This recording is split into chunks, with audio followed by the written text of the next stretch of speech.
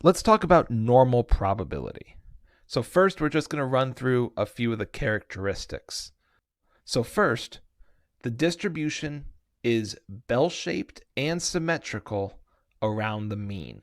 So if you've ever heard of a bell curve, this is what we're dealing with here with normal probability. Now, the total area underneath that bell curve is always going to equal 1 because all probabilities add up to 1. And so that's what we're talking about when we're talking about the area to the left or the area to the right in this bell curve is probabilities. Now, because the distribution is symmetrical, the area to the left of the mean is 0.5 and the area to the right of the mean is 0.5. And so we'll take a look at a bell curve here in a minute and be able to visually see this characteristic in action.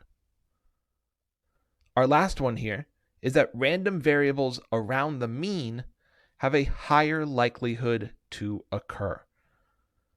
And we can also see that when we take a look at our bell curve. Now, here in the middle, that's your mean. So first, notice how it's symmetrical. The area to the left is the same as the area to the right because your mean is directly in the middle of your bell curve. Now also notice how the bell curve starts to slope up as it gets closer and closer to the mean.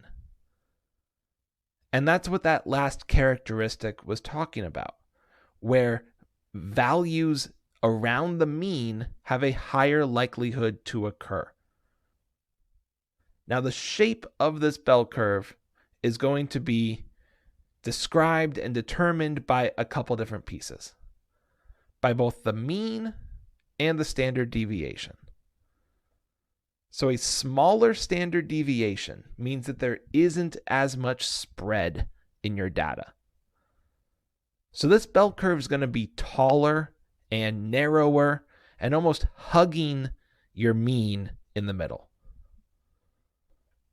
A larger standard deviation is the opposite. It's going to be a shorter and wider bell curve.